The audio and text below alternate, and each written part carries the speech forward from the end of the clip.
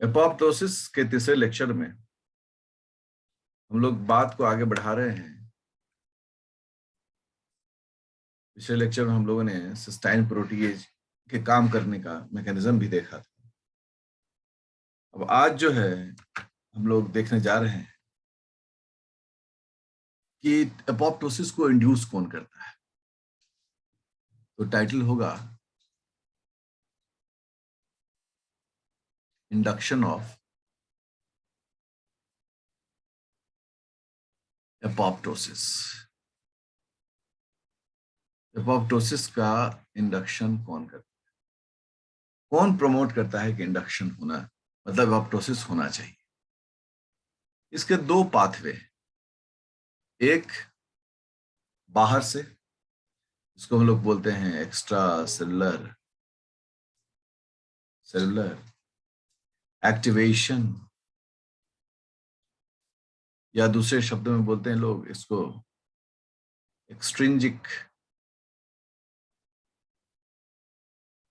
Pathway, और दूसरा है इंट्रासेलुलर एक्टिवेशन, और दूसरे वर्ड में लोग क्या कहते हैं इसे, इंट्रिंजिक पाथवे। मतलब एक सेल के बाहर से उसको सूचना प्राप्त होगी, ये सेल है, ठीक है ना। इस सेल को बाहर से कोई सिग्नल मिला तो सेल एपोप्टोसिस में एंटर किया।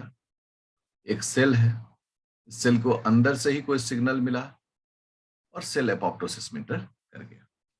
दोनों चीजें क्लियर है। अब जो सबसे पहला एक्टिवेशन है, पॉइंट नंबर 1, उसे हम लोग बोलते हैं एक्स्ट्रा सेलुलर एक्टिवेशन या एक्सट्रिंजिक एक्टिवेशन।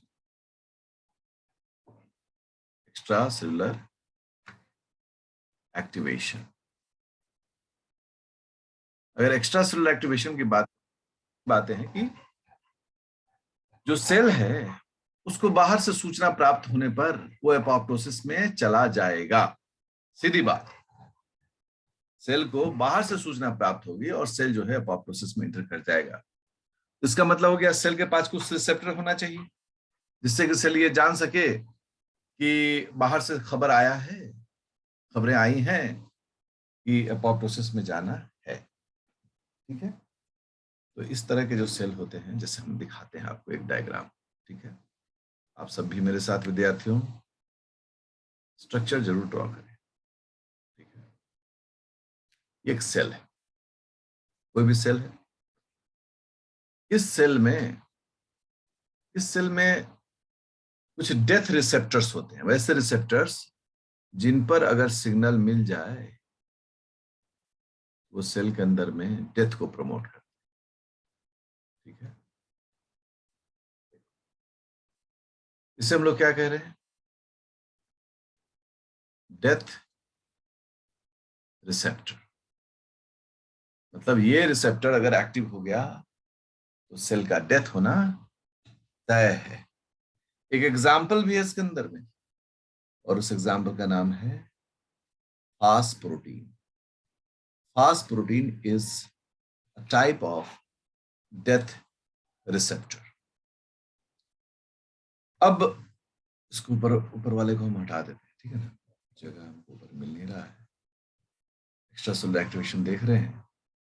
अब बाहर से सोचो कि एक किलर लिम्फोसाइट, सब हम लोग जानते हैं डब्ल्यूबीसी का टाइप है किलर लिम्फोसाइट।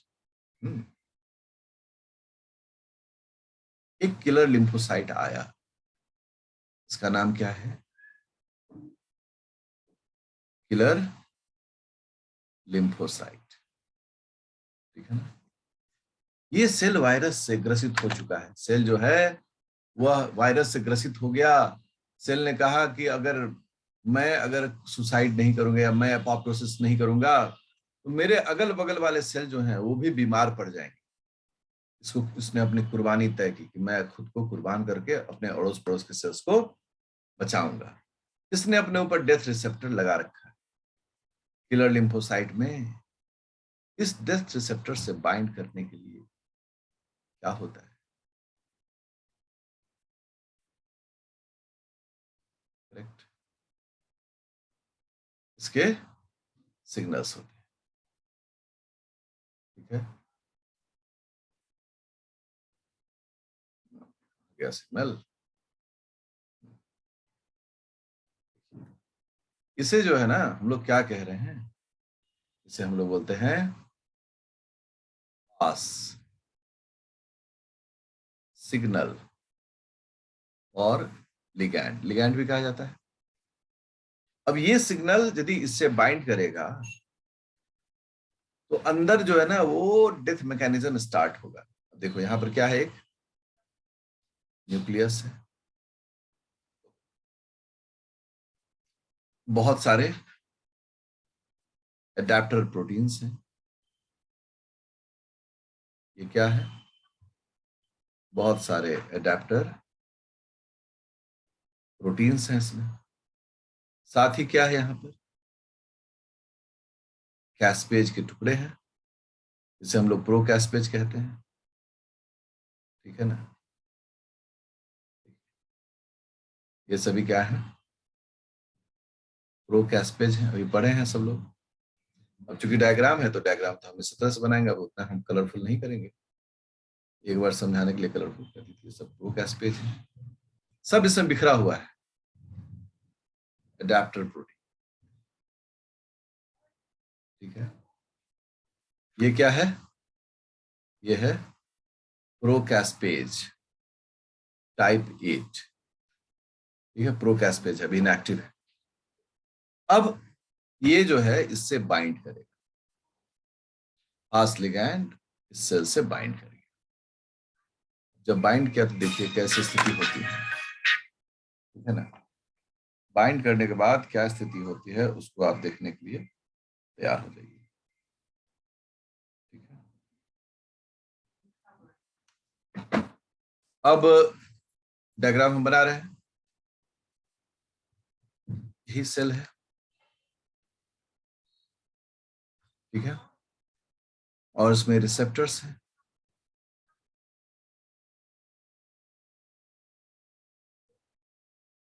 ठीक है, और इस रिसेप्टर से अब कौन बाइंड कर गया, बाइंड कर गया किलर लिम्फोसाइट। किलर लिम्फोसाइट अपने फास्ट प्रोटीन की मदद से इसे कर गया बाइंड। जैसे ही बाइंड किया वैसे ही ये रिसेप्टर क्या हो गया, फास्ट रिसेप्टर एक्टिव हो गया। देखिए नीचे क्या हो गया, ये एक्टिव के रोशनाइयां दिख रही हैं। एक्टिव होते ही इसमें एडेप्टर प्रोटीन बाइंड कर जाएगा। याद है आपको सबको, एडेप्टर प्रोटीन, ये एडेप्टर प्रोटीन है। वहां ब्लैक कलर से बनाए थे, यहाँ रेड कलर से बनाते हैं। और जैसे ही एडेप्टर प्रोटीन यहाँ बाइंड किया वैसे ही इसके साथ कौन बाइंड कर गया, इसके साथ बाइंड कर गया हमारा प्रोकैस्पेज। क्योंकि अभी यही हमारा हीरो है इसलिए इसको ज्यादा बड़ा करके दिखा रहे हैं।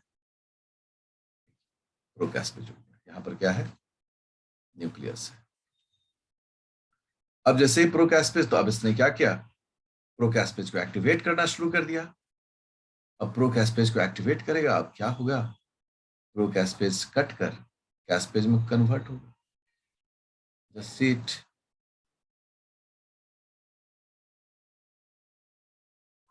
अभी जो सेल में एपोप्टोसिस इंड्यूस हो रहा है वो किसके कारण हो रहा है, एक्सटर्नल सिग्नल के कारण हो रहा है। देखिए एक्सटर्नल सिग्नल। ठीक है, अब क्या है यहाँ पर, यहाँ पर एडेप्टर प्रोटीन, उस एडेप्टर प्रोटीन ने किसको एक्टिवेट कर दिया, उसने कैस्पेज को एक्टिवेट कर दिया। और अब प्रो कैस्पेज जो है वो कट कर क्या बन गए, अब कट कर सभी एक्टिव कैस्पेज बन गए। क्या हो गए ये सभी, ये हो गए एक्टिव कैस्पेज। और एक्टिव कैस्पेज किस चीज को प्रमोट करेगा, एपोप्टोसिस, और सेल जो है वो खत्म हो जाएगा। तो इस पूरे प्रक्रिया में जो सिग्नल था वो सिग्नल कहां से आया?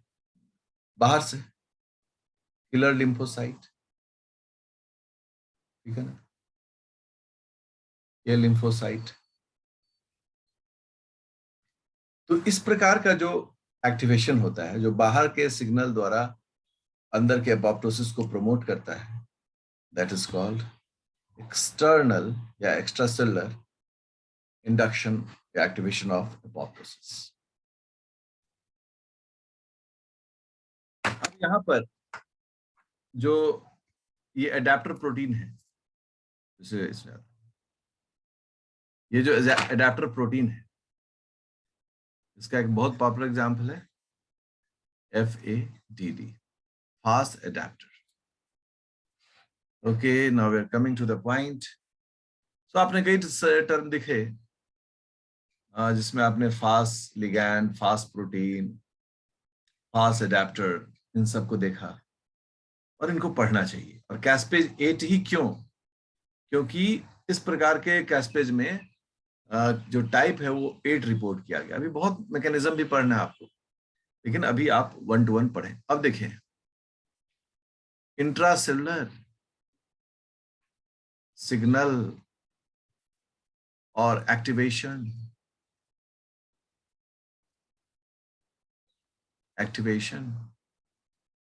अब इंट्रासेलुलर सिग्नल या एक्टिवेशन जो है इसमें, इसका हम एग्जांपल जो देख रहे हैं वो किसमें देख रहे हैं?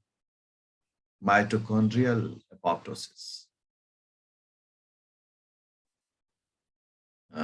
देखो, माइटोकॉन्ड्रिया के बारे में हम सब जानते हैं कि mitochondria is powerhouse of the cell, जानते हैं सब लोग।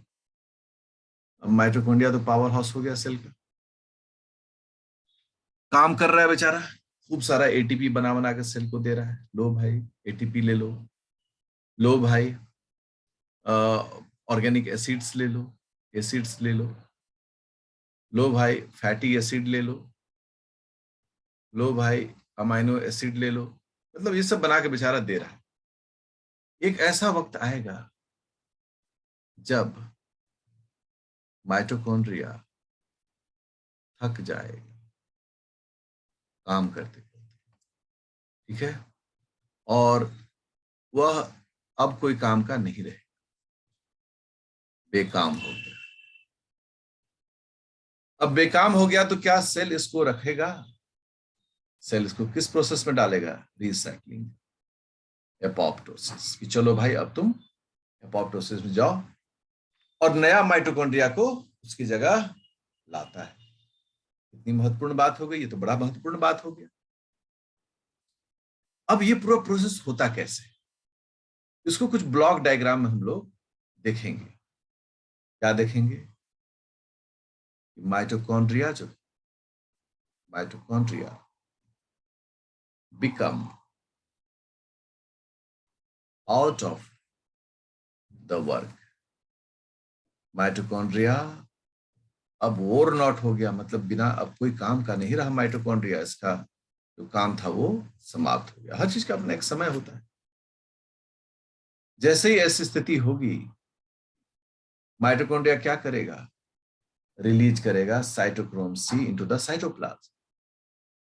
तो माइटोकॉन्ड्रिया बहुवचन है ये, माइटोकॉन्ड्रिया रिलीज इसको साइटोक्रोम C। ये साइटोक्रोम C बड़ा महत्वपूर्ण है, हम इसको ऐसे कलर कर दे रहे हैं। Mitochondria release cytochrome C into the cytosol, मतलब अंदर से ये माइटोकॉन्ड्रिया अपना जो साइटोक्रोम C होता है उसको बाहर निकाल दिया। बाहर निकालने के उपरांत क्या होगा? What next? ये माइटोकॉन्ड्रिया C जो है ना, वो जैसे ही बाहर निकलेगा वो एडेप्टर प्रोटीन के साथ बाइंड करेगा साइटोप्लाज्म में। तो यहां पर लिखा हम लोगों ने कि cytochrome C binds to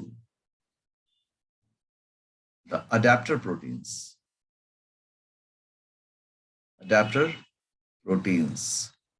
in the cytosol। उसने साइटोसोल में एडेप्टर प्रोटीन के साथ अपना कॉम्बिनेशन बना लिया। हम सब जानते हैं अगर एक बार एडाप्टर प्रोटीन के साथ वो बाइंड कर जाएगा तो अब वह एडाप्टर प्रोटीन को एक्टिवेट करेगा। यहां जो एडाप्टर प्रोटीन है उसके लिए हम एक इक्वेशन दे रहे हैं, साइटोक्रोम C प्लस एपफ। ठीक है, ये एपफ क्या होता है? एक एडाप्टर प्रोटीन APAF टाइप 1 और ये एक्टिव हो जाता है। सो साइटोक्रोम C, ये ब्लू कलर का, अरे बहुत हेवी कलर हो गया। साइटोक्रोम C, और उस साइटोक्रोम C के साथ कौन जुड़ रहा है? उसका सुलगा साथ जुड़ रहा है एपफ प्रोटीन। और रिजल्ट क्या हो गया? दोनों आपस में मिलकर क्या बना दिया? एक एक्टिव कॉम्प्लेक्स बना दिया। अब ये एक्टिव हो गया, एपफ 1 जो एक्टिव हो गया। अब नेक्स्ट स्टेप में क्या होगा? नेक्स्ट स्टेप में जो एक्टिव एपफ है वो बाइंड करेगा प्रोकैस्पेज 9 के साथ। एक्टिव एपफ 1, ये तो एडाप्टर प्रोटीन है, बाइंड्स टू प्रोकैस्पेज 9। ये माइटोकॉन्ड्रिया में यूज होता है प्रोकैस्पेज 9। जाकर प्रोकैस्पेज 9 से बाइंड कर गया। हम लोग तो जानते हैं कि अब क्या होने वाला है। अब प्रोकैस्पेज 9 जो है वो एक्टिव हो जाएगा। एक्टिव कैस्पेज 9 कैस्केड, और अब वहां पर कैस्पेज 9 बनेगा और अपने ही जैसे वो बहुत सारे कैस्पेज 9 को भी बनाएगा। और इस प्रोसेस को क्या कहते हैं हम लोग? Caspase cascade. और अब कैस्पेज क्या क्या करेगा? कैस्पेज 9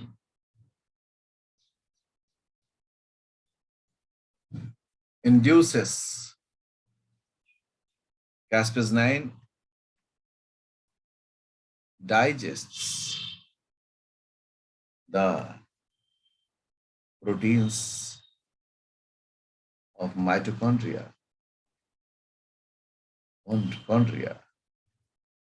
और इसका रिजल्ट क्या होगा? माइटोकॉन्ड्रिया का डाइजेशन शुरू हो गया।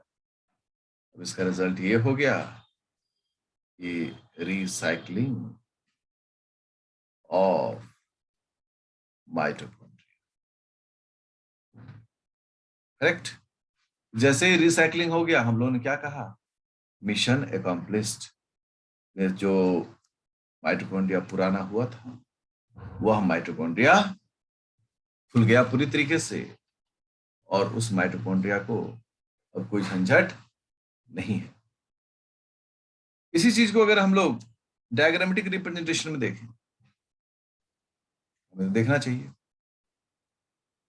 कि ये माइटोकॉन्ड्रियन है, एक ही है, ये हुआ तो हम माइटोकॉन्ड्रियन कहेंगे। माइटोकॉन्ड्रियन, ठीक है।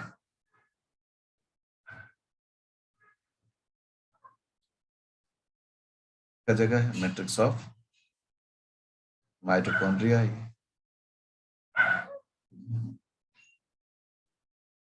मैट्रिक्स ऑफ माइटोकॉन्ड्रिया है ये। और ये माइटोकॉन्ड्रिया किसी भी कारण से डैमेज हो सकता है। मैंने क्या कहा था कि ओवर स्ट्रेस्ड हो गया, अब काम खत्म हो गया। लेकिन ऐसा हो सकता है डीएनए डैमेज हो तो भी उसका असर माइटोकॉन्ड्रिया पर पड़ेगा। असर माइटोकॉन्ड्रिया पर। कोई इन्वायरमेंटल स्ट्रेस हो उसका भी असर माइटोकॉन्ड्रिया पर दिखेगा। रिएक्टिव ऑक्सीजन स्पीसीज हो उसका भी असर माइटोकॉन्ड्रिया पर दिखेगा। कोई डेवलपमेंटल सिग्नल हो, सिग्नल का भी असर माइटोकॉन्ड्रिया पर दिखेगा। अब जब माइटोकॉन्ड्रिया पर यह सब दिखना शुरू हो जाता है तो रिजल्ट क्या होता है कि माइटोकॉन्ड्रिया में आप देखेंगे मैं बहुत सारा छोटा छोटा गोला बना रहा हूं। दिख रहा है सब? ये सभी गोले हैं। ये जो जितना गोला आप देख रहे हैं, ये गोला जो है और कुछ नहीं है बल्कि ये है साइटोक्रोम C। अब ये साइटोक्रोम सी जो है वो कहाँ आ गया, बाहर आ गया। बाहर आ गया कौन, साइटोक्रोम सी। और साइटोक्रोम सी कैसे बाहर आ जाएगा, एक तो ये बहुत ही छोटा साइटोक्रोम होता है। सबसे पहली बात यह है कि बहुत ही छोटा साइटोक्रोम होता है, ठीक है। यहाँ थोड़ा इसको लार्ज कर दिए हैं, लेकिन एक्चुअली होता है ये बहुत छोटा साइटोक्रोम सी।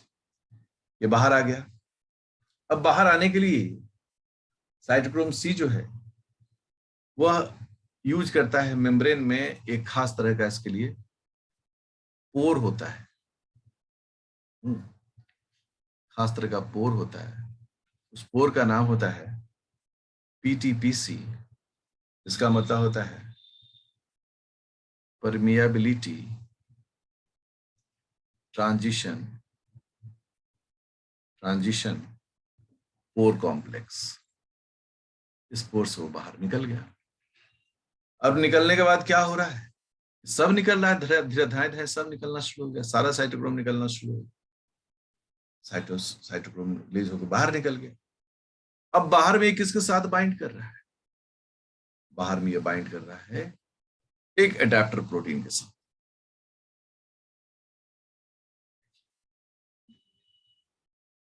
ये डायग्राम किसका है, ये डायग्राम है एक एडेप्टर प्रोटीन। इस तरह करके एक एडेप्टर प्रोटीन है, ठीक है। ठीक है, हम कुछ ऐसे डायग्राम बना देते हैं। ये एडेप्टर प्रोटीन, इसका नाम क्या है, एपॉफ1 एडेप्टर प्रोटीन। अब जब ये एपॉफ1 से साइटोक्रोम बाइंड करेगा, एपॉफ1 क्या होगा, एक्टिव हो जाएगा। और एक्टिव होने पर ऐसे 7 एपॉफ एक साथ मिलकर एक कॉम्प्लेक्स बनाते हैं। देखिए, आप किताब में भी देखेंगे, ये डायग्राम आपको मिलेगा, ठीक है। 1 2 3 4 5 6, 1 2 3 4 5 6, बट हमको तो 7 चाहिए, हमको कहीं थोड़ा सा बैलेंस करना होगा। अभी हमको लगता हो गया 1 2 3 4 5 6 7, ठीक है। अब सातों से कौन जुड़ा हुआ है, सातों जो है वो किसका हिस्सा है, सातों एपॉफ प्रोटीन का हिस्सा है। अब देखिए, भूल गया, ये एपॉफ प्रोटीन है और यहां पर क्या है, ये साइटोक्रोम सी है। ठीक उसी तरीके से और डायग्राम जल्दी जल्दी बनाते हैं और डिजाइन नहीं करके, उसमें साइटोक्रोम सी है। इसी प्रकार से देखिए, साइटोक्रोम सी है।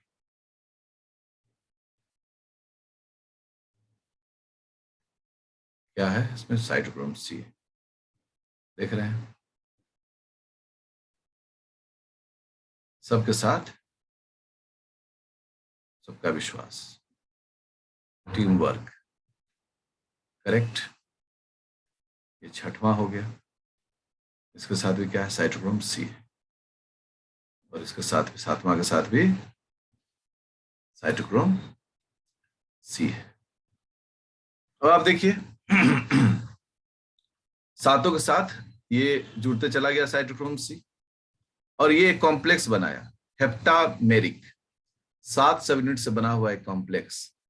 और इस कॉम्प्लेक्स का नाम होता है एपोप्टोसोम। क्या नाम होता है इसका, एपोप्टोसोम, जिसमें ये पूरा जो है इंटायर एक यूनिट है। ये इसको आप अलग अलग मत सोचिएगा, बीच में गोला कोई और है।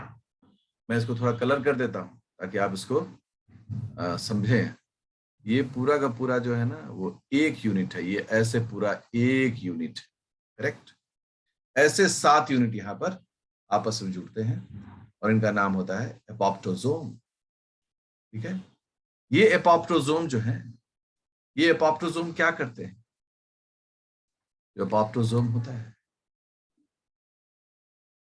एपोप्टोसोम क्या है भाई, complex of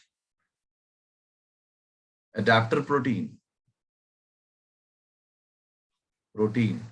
plus cytochrome C, 7 adaptor proteins and 7 cytochrome C। अब ये एक्टिवेट करेगा किसको? प्रोकैस्पेज 9 को। अब तो आप सीख रहे हैं, ये तो आपने देखा है सबने। और वो क्या बन जाएगा? कैस्पेज 9। अब ये कैस्पेज 9 जो है, जैसे ये डायमराइज होंगे। क्या होंगे? अभी हम वैसा जैसा डायग्राम नॉर्मल बनाते हैं वैसा नहीं बनाते, हम गोल गोल बनाते हैं। ये है कैस्पेज, प्रोकैस्पेज। अभी क्या हो गया? एक्टिव हो गया, तो दो दो एक साथ जुड़ गया। देखो एक्टिव, ऐसे एक्टिव, सो ये डायमर हो गए, दो दो एक साथ जुड़ गए। और जुड़ने के बाद क्या हो गया? कैस्पेज 9 ने एक्टिवेट किया। किसको एक्टिवेट किया? इसने एक्टिवेट किया प्रोकैस्पेज 3 को। ठीक है, इसको यहां से ऐसे मिटाते हैं, छोटा कर देते हैं। इसने एक्टिवेट किया और क्या बन गया? कैस्पेज 3। कैस्पेज 3 ने किसको एक्टिवेट किया? प्रोकैस्पेज 7 को। ये श्रृंखला है, तो क्या बन गया? कैस्पेज 7। और कैस्पेज 7 ने क्या प्रमोट कर दिया? Cell death. अगर माइटोकॉन्ड्रिया है तो माइटोकॉन्ड्रियल डेथ। इस प्रकार से ये सभी काम जो होते हैं वो यहाँ पर संपन्न होते हैं। इसमें कुछ टैक्टिकल चीज है जो कि अगले क्लास में आपको सिखाऊंगा।